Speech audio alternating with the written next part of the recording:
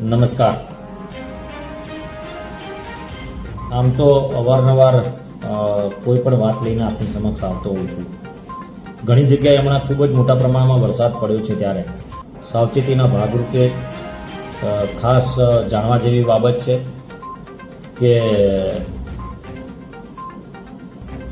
રણજીતપુરાની બાજુનું એટલે રણજીતપુરા ગામનું જે તળાવ છે એ તળાવ તૂટવાની એટલે એની પાર્ટ ડેમેજ છે અને તૂટવાની ખૂબ શક્યતાઓ રહેલી છે. અને મહીસાગર કલેક્ટર દ્વારા એક પત્ર પણ ડિક્લેર કરવામાં આવ્યો છે. તો તમામ નાગરિકોને વિનંતી કરું છું, કારણ કે તળાવ તૂટે તો એમાં બાયડમાં પણ ખૂબ મોટી અસર થાય. એટલે બાયડની એમાં રસ્તામાં આવતા ગામોને, ધારો કે રણજીતપુરાનું તળાવ તૂટે એટલે તો ખરોડ ગામના ખેતરોમાં કદાચ કોઈ રહેતા કરતા હોય તો ખૂબ સાવચેતી રાખજો. તેવી જ રીતે રામસી કંપા છે, તેવી જ રીતે ઓઢા, તખતપુરા, પીપોદરા, દક્ષિણેશ્વર, આંબા ગામ અને બાયડના અસર થવાની એટલે બાયડ શહેર સુધી અસર થવાની પૂરી શક્યતાઓ રહેલી છે.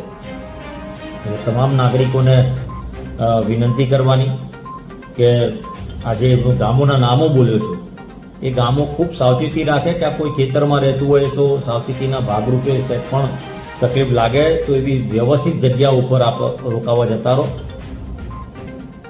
ખેતરમાં કોઈ રહેતું હોય તો પણ ધ્યાન રાખે. એટલે પાકા મકાનોમાં જવાની એક આપણે તકલીફ લઈ અને વ્યવસ્થા આપણે કરી લેવી જોઈએ. ત્યાં તમામ સરપંચ, તલાટી, તે ગામો, તે ગ્રામ પંચાયતના તેમજ આગેવાનોને વિનંતી કરું છું કે આ તમામ ગામો ખૂબ સાવચેતી રાખે કે જો રણજીતપુરાનું તળાવ તૂટવાની શક્યતાઓ રહેલી છે તો રાત્રે કોઈ ઘટના ના બને. આપણા પશુ પક્ષી હોય, પશુઓ જે પણ છે એને સાવચેતીના ભાગરૂપે રાખીએ એ જ વિનંતી. અને આ બધા જ નાગરિકોને ખબર જ હશે કે આ તળાવ તૂટવાથી કયા કયા વિસ્તારોને તકલીફ પડવાની છે.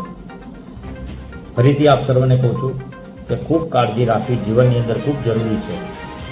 અને આજે અમાસ, સોમવતી અમાસ છે અને ભોળાનાથનો દિવસ છે.